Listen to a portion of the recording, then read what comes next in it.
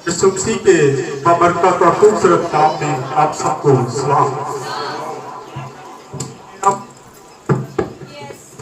Hallelujah. सारा दिन सबका गर्म था, लेकिन एक से बारिश हो गई। मौसम खुदा की तरफ से चेंज होते हैं, हम तार हैं। इस तार को देखो क्या मसला है। Hallelujah, yes hallelujah. तो जैसा कि आप जानते हैं,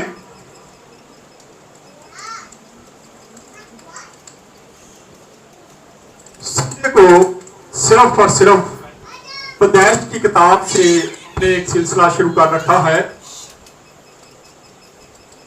हम पूरी कोशिश करते हैं। आज सुबह इस्लामाबाद से किसी भाई का फोन आया। आपको यह भी पता है कि हर रोज जितने लोग मेरे साथ ऐड हैं, जो ग्रुप में हैं, तकरीबन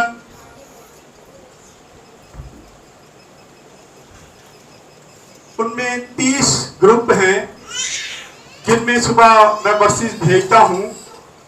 तो आज इस्लामाबाद से मुझे किसी का फोन आया कि भाई साहब, मैं आपका शुक्रगुजार हूं कि आप हर रोज वर्सेस भेजते हैं मुझे बड़ी पाबंदी के साथ। मैं उनको बता रहा था कि इसमें मेरा एक मकसद है, मेरा एक विजन है, मेरी एक रोया है कि आप जब सुबह उठते हैं तो आप बाइबल मुकद्दस को तो पढ़ते नहीं हैं, आपके पास टाइम कम होता है, मसरूफियात होती है। इसलिए मेरी कोशिश होती है कि मैं सुबह उनको 6 से 6:30 बजे तक भेज दूं, ताकि आप जब सुबह मोबाइल को पकड़ें तब सबसे पहले कलामे मुकद्दस को पढ़ें, उसकी वर्सेस को देख लें। 5-5 आयतें भी डेली आप पढ़ेंगे। अभी हम फरूज की किताब पे हैं। फरूज की किताब पे हम पहुंचे, पैदाइश से शुरू की थी, क्योंकि डेली 5 वर्सेस जाती हैं, तो इसलिए हमने ये सिलसिला शुरू किया। और इसी तरह पैदाइश की किताब को हमने शुरू किया था, क्योंकि बाइबल मुकद्दस पढ़ते सारे ही हैं, बाइबल मुकद्दस को सारे ही पढ़ते हैं। ऐसे लोग भी हैं जो कहते हैं कि मैंने 4 बार पढ़ी, मैंने 5 बार पढ़ी, लेकिन फिर भी जब तक आप उसको समझ नहीं सकते, उसको पढ़ने का कोई भी फायदा नहीं। महज एक किताब की तरह पढ़ लेते हैं। आज सुबह मैं वीडियो देख रहा था जिसमें कहा जा रहा था कि बाइबल मुकद्दस बदल गई है, लेकिन मेरे भाई, बाइबल मुकद्दस बदली नहीं है, लेकिन अगर इसको सही तरीके से पढ़ें तो ये बदल के रख देती है, ये बदल देती है, ये जिंदगियां चेंज कर देती है, ये मौजूदात से भरी हुई है, इसमें बहुत सारे मौजूदात होते हैं। और आप कहते हैं कि बाइबल मुकद्दस है बदल गई है। मेरा ख्याल कि आपने इसकी स्टडी नहीं की। अगर स्टडी की होती तो आप कभी भी ये बात ना कहते, क्योंकि जब आप इसकी स्टडी करेंगे तो आपको पता चल जाएगा कि बाइबल मुकद्दस बदली नहीं, बल्कि वो बदलने की ताकत रखती है, कुदरत रखती है। आए आज हम देखेंगे मत्ती की अंजील 8 बाब 18 आयत से लेके 22 आयत तक देखेंगे। यहां छोटा सा मैसेज है मत्ती की अंजील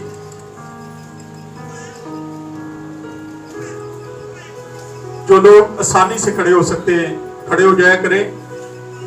बाहर आपको कहा जाता है कि जब भी अंजील मुकद्दस की तिलावत होती है तो बहुत जरूरी है कि हम अपने कदमों पर खड़े हों। जी पढ़ें 8 की 18। जब यीशु ने अपने गिर्द बहुत सी भीड़ देखी तो पार चलने का हुक्म दिया, और एक फकीर ने पास आकर उससे कहा, ऐ उस्ताद, जहां कहीं तू जाएगा मैं तेरे पीछे चलूंगा। यीशु ने उससे कहा कि लुमड़ियों के भट्ट होते हैं और हवा के परिंदों के घोंसले, मगर इब्ने आदम के लिए सर धरने की भी जगह नहीं। एक और शागिर्द ने उससे कहा, आए खुदावन, मुझे इजाजत दे कि पहले जाकर अपने बाप को दफन करूं। यीशु ने उससे कहा कि तुम मेरे पीछे चल और मुर्दों को अपने मुर्दे दफन करने दे। आमीन। खुदा का पाक कलाम पढ़ा और सुना जाना हम सबके लिए बरकत का बाइस हो। आमीन। खुदा का शुक्र हो। बैठ जाएं, तशरीफ रखें। आज का मेरा टॉपिक जो था, मेरा जो अनुमान है, मैंने सेंड किया था आप सबको। अनुमान मैंने रखा था आज, मसीह की जमीनी जिंदगी में उसका कोई भी घर नहीं था। जब वो जमीन पर था, जब वो जमीनी जिंदगी बसर कर रहा था, हाँ, शुरू में नजर आता है कि नासरत में उसके माँ बाप का घर था, उसकी माँ का घर था, लेकिन जैसे जैसे वो बड़ा हुआ, जैसे जैसे वो खिदमत करना शुरू हुआ, तो उसने वो घर छोड़ दिया। आज हमारे लिए भी यही है कि जो लोग खिदमत करते हैं उनको क्या करना चाहिए। आए, खुदा के जिंदा कलाम को जब हम पढ़ते, लिखा है, यीशु ने जब अपने गिर्द बहुत सी भीड़ देखी तो पार चलने का हुक्म दिया, और एक फकीर ने वो पास आकर उससे कहा, ऐ उस्ताद, जहां की तू जाएगा मैं तेरे पीछे चलूंगा। अब उसको हम देखते हैं, उसमें दिलेरी थी, शायद उसमें जज्बा था, फौरी तौर पे फैसला करता है कि खुदावन मैं भी तेरे साथ चलूंगा, जहां तू जाएगा मैं जाने के लिए तैयार हूं। लेकिन खुदावन यीशु मसीह उसको एक चैलेंज दे देते हैं, उसको एक बात कहते हैं। आज हम भी कई बार देखा देखी कर लेते, चलो मैं भी करूंगा, मैं भी इबादत करूंगा, मैं भी गाऊंगा, मैं भी बजाऊंगा, मैं भी ये काम करूंगा, मैं मसीह के साथ चलूंगा। हम भी यही काम करते हैं, लेकिन कुछ दिनों के बाद सारी हिकड़ी निकल जाती है, खत्म हो जाती है, हम बैठ जाते हैं, हम थक जाते हैं, क्योंकि हम जज्बाती तौर पर सामने आते हैं। इस शख्स को भी देखते हैं कि ये भी जज्बात से भरा हुआ नजर आता है। खुदा यीशु मसीह को कहता है कि जहां तू जाएगा मैं भी तेरे साथ साथ चलूंगा, मैं भी तेरे पीछे आऊंगा, क्योंकि मैं तेरे साथ रहना चाहता हूं। लेकिन खुदावंद यीशु मसीह के साथ रहने के लिए आपको बहुत सारी दुनियावी चीजों को छोड़ना पड़ता है। अगर आप छोड़ नहीं सकते तो मेरा ख्याल है कि हमें दावा करने की भी जरूरत नहीं है। हम दावे ना करें, अगर दावा करते हैं तो फिर उसके साथ ठीक तरीके से चलें। खुदावंद यीशु मसीह से जब ये बात कही गई तो खुदावंद यीशु मसीह ने आगे से क्या जवाब दिया। खुदावंद यीशु मसीह ने उसको चैलेंज किया। उसने पहले कहा, उसने उसकी कीमत का हिसाब लगाने के लिए उसको कहा, उसने कहा जो तू बात कहता है तुझे अंदाजा नहीं है कि इसकी कितनी बड़ी कीमत तुझे देनी पड़ेगी। तू कितनी बड़ी कीमत देने के लिए क्या तू तैयार है? ये कीमत तू दे सकता है जो तू कह रहा है? क्या तू मेरे पीछे चल सकता है? तू ये काम नहीं कर सकता। आगे यीशु मसीह उससे कहते हैं, आए देखते हैं तो इसकी 20 आयत को लिखा है, यीशु ने उससे कहा कि लुमड़ियों के भट्ट होते हैं और हवा के परिंदों के घोंसले, पर इब्ने आदम के लिए सर धरने की भी जगह नहीं है।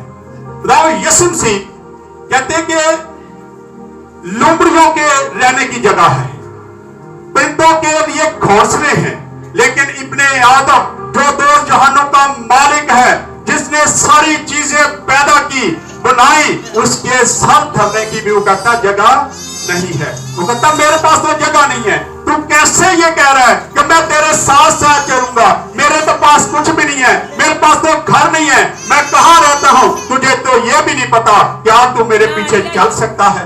आज जो ईमानदार हैं, जो खिदमत गुजार लोग हैं, उनको भी ये कह रहा यहाँ पे आके गहरी चोट लगती है कि आज हमें भी इन चीजों की जरूरत है। और खुदा यीशु मसीह जब ये बात कहते हैं तो कहते हैं कि लुमड़ियों को भी रहने की जगह है। और हम खुदा यीशु मसीह को जब इसका मुताला करते हैं बाइबल मुकद्दस का, तो हमें पता चलता है कि खुदा यीशु मसीह का अपना कोई भी घर नजर नहीं आता। लेकिन बहुत सारे ऐसे घर थे जहां उसको इज्जत मिलती थी। जब वो उनको घरों में जाता था तो लोग उसको बड़ी खुशी से कबूल करते थे, उसको अपने घर में वेलकम करते थे, उसको सोने के लिए जगह देते थे, उसे खाने के लिए जगह खाना देते थे, उसकी वो खिदमत करते थे। इसलिए वो कहता है कि मेरा कुछ भी नहीं है, ना तो मेरा घर है, लोमड़ियों के बट हैं, लेकिन घोंसले भी हैं परिंदों के, लेकिन मेरे सर धने की भी जगह नहीं है। क्योंकि खुदावंद यीशु मसीह एक मिशन लेके आया था, वो एक काम करने के लिए जमीन पे आया था, उसको एक काम सौंपा गया था और वो काम करने के लिए जमीन पे आया था। और जब तक वो काम कर न लेता वो वापस अपने घर में आसमानी मकाम में वापस नहीं जा सकता था। आज हम लोग भी जो खिदमत करते हैं, खुदावन जो खिदमत आपको दे रखी है, जब तक वो खिदमत आप पूरी नहीं कर लेंगे आप वापस नहीं जा सकते। मत सोचे कि आप अपनी खिदमत से भाग जाएंगे, आप अपनी खिदमत को छोड़ देंगे। अगर आप गाते हैं तो आपको गाना पड़ेगा, अगर आप बजाते हैं तो आपको बजाना पड़ेगा। अगर मैं पास्टर हूं तो जब तक मैं खुदा का कलाम बयान नहीं कर लूंगा उतनी देर तक मैं वापस नहीं जा सकता। खुदावंद यीशु मसीह उसको सिखाता है कि मेरा कोई घर नहीं है, मैं तो जिस काम के लिए आया हूं मैंने वो काम पूरा करना है। तू क्या कहता है? और उससे उसको क्या होता है? सदमा पहुंचता है, सदमा पहुंचता है। आगे फिर जैसे हम थोड़ा सा आगे बढ़ते हैं, 21 आयत को पढ़ते हैं तो यहां पे लिखा है, एक और शागिर्द कहता है, और एक और शागिर्द ने उससे कहा, ऐ खुदावंद मुझे इजाजत दे, पहले जाकर अपने बाप को दफन कर लूं।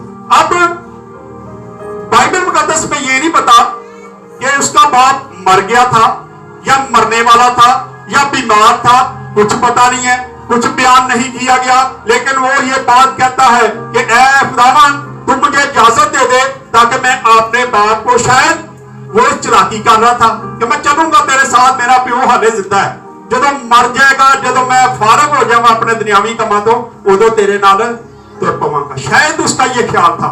इसीलिए खुदावंद यीशु मसीह आगे से उसको क्या जवाब देते हैं। अगली आयत को जब पढ़ते हैं तो लिखा है, यीशु मसीह ने आगे से क्या कहा?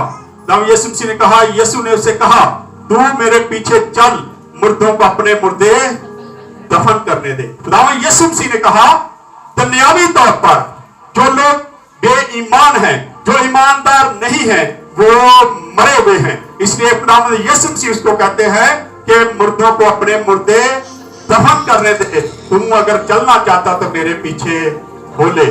ये दोनों शागिर्दों को हम देखते हैं कि मेरा नहीं ख्याल कि इनका कहीं फिर जिक्र मिलता है कि ये खुदावंद यीशु मसीह के साथ चलने के लिए तैयार हुए थे।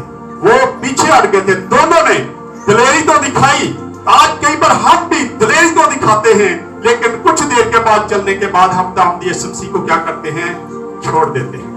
हम भी पीछे हटना शुरू कर देते हैं। हम भी शायद ऐसे ही काम करते हैं। मैं बहुत सारे ऐसे लोगों को जानता हूं जो बड़ी दिलेरी के साथ, जब हमने मिनिस्ट्री शुरू की थी, मेरे पास 14 लड़के आए, तकरीबन 14-15 लड़के यहां पे आए मेरे पास कि जी हम आपके साथ मिलकर खिदमत करना चाहते हैं। तो मैंने कहा ठीक है, मैं आपको 2 माह का वक्त दूंगा, आप अपनी अपनी जिंदगी को क्या करें? चेंज करें। मुझे पता था सबका, मैं कहा सब अपनी अपनी जिंदगी पर गौर करो और सारे चेंज होना शुरू करो। 2 महीने के बाद हम एक मीटिंग करेंगे और उस मीटिंग में हम डिसाइड करेंगे कि किसने मेरे साथ रहना और किसने नहीं रहना। 2 महीने के बाद हम कहीं इबादत पे गए, सारे ग्रुप मेरे साथ था। जब हम वापस इस चौक में आए तो उन्होंने कहा जी आज 2 महीने हो गए, आप हमें बताएं कि आपने हमें साथ रखना है या हम किसी और के पास चले जाए। तो मैंने कहा कि आप यहाँ पे खड़े हो जाए, मैं अभी हाथ रख के दुआ करना शुरू करूंगा, तो अभी मैं आपको बता दूंगा कि कौन चेंज हुआ है कौन नहीं। मेरा ख्याल है कि आपको मैं किसी को भी साथ रखने वाला नहीं हूं। उनमें सिर्फ 100 जो है वो यहाँ पे रह गया था और वो अभी तक हमारे साथ खिदमत कर रहा है। हमें जज्बात में आके, कई बार हम लालच में ये सारे काम करते हैं। चले चर्च जाएंगे जी, हमें इज्जत मिलेगी, हमें कुर्सी मिल जाएगी, हम कुर्सियों के पीछे भागते हैं। बहुत सारे ऐसे लोग भी हैं। अभी थोड़े दिन पहले किसी से मेरी बात हो रही, उसने कहा कि भाई साहब मैं चर्च का एल्डर हूं। मैं कहा बड़ी अच्छी बात है। मैं कहा बड़ी अच्छी बात है कि आप एल्डर हैं। मैं क्या, लेकिन आप कलाम को पढ़ते हैं, कलाम को जानते हैं, कलाम मुकद्दस में खुदावंद यीशु मसीह क्या फरमाते हैं कि कड़वे दाने कहां से आते हैं, आपको ये पता है? कहता जी वो तो एक मिसाल थी, एक तमसील थी। मैं क्या, खुदावंद यीशु मसीह ने क्यों दी, ये पता है आपको? मैं क्या, ये पता ही नहीं है। आप इसको स्टडी करें। जो लोग एल्डर बन जाते हैं, जो चर्च में जो खिदमत गुजार लोग होते हैं, उनमें ज्यादा जो है वो कड़वे दाने पैदा हो जाते हैं, उनमें अक्कड़ आ जाती है।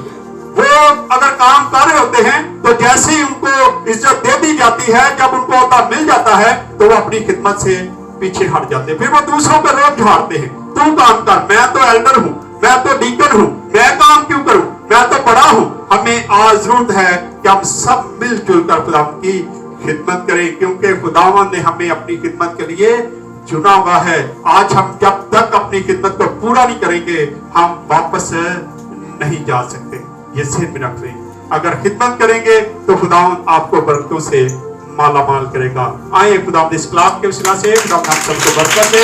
आए अपने सरों पर बात करें।